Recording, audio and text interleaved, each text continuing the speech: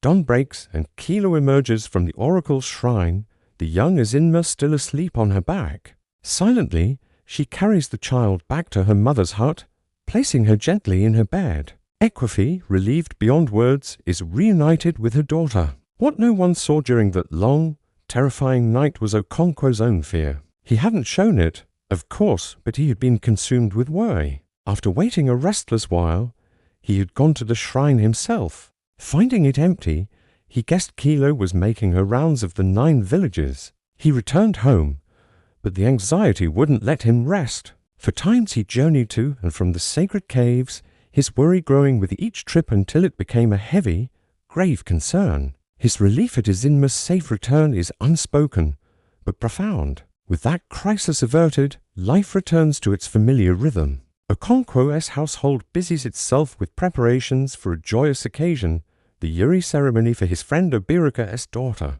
This is the day her suitor will bring palm wine to her kinsman, a crucial step in the betrothal. The entire village pitches in. Women help the bride's mother cook mountains of food, yam fufu, vegetable soup, and more.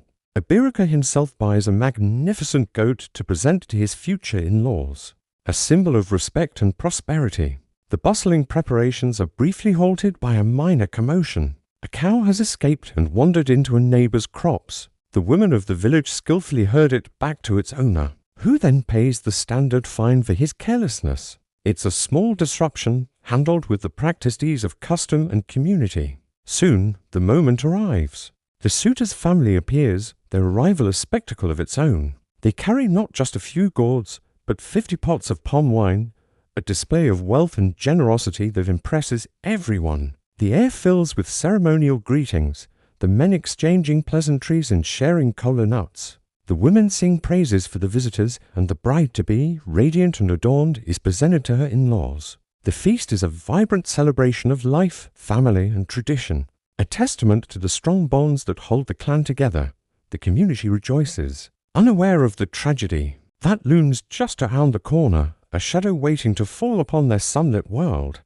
The celebration's echoes barely have time to fade before a different sound cuts through the village air. It's the solemn, resonant voice of the ekwe, the hollowed wooden instrument, broadcasting a message of death. Umofia Kwenu, one of the oldest and most respected men in Umofia, has passed away. A cold shiver runs down Okonkwo's spine. He remembers Ezudu's last words to him, a chilling warning. That boy calls you father. Do not bear a hand in his death. The words now feel like a terrible prophecy. Ezudu was a great warrior, a man who had earned 3 of the clans for prestigious titles. His funeral will be no quiet affair. It will be a hero's farewell. The ceremony is a powerful, chaotic spectacle. The 9 villages of Umofia gather to honor the fallen elder. Drums beat with a thunderous, heart-pounding rhythm that seems to shake the very earth. Men, their bodies painted with camwood and charcoal, leap and dance, their machetes flashing in the sun. Guns are fired into the air. A warrior's salute to a departed comrade.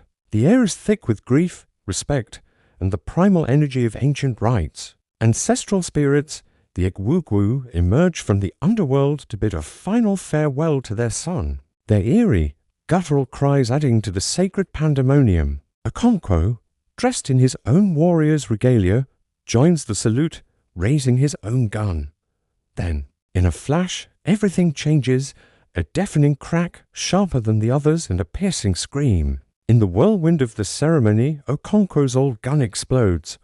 When the smoke clears, a horrifying sight lies on the ground. Ezudu's 16-year-old son, caught in the blast, is dead.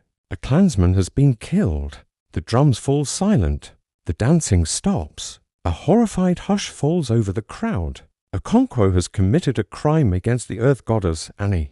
It doesn't matter that it was an accident, a terrible twist of fate. The law is the law. Spilling the blood of a kinsman is an abomination, and the land must be cleansed. The punishment is absolute and swift.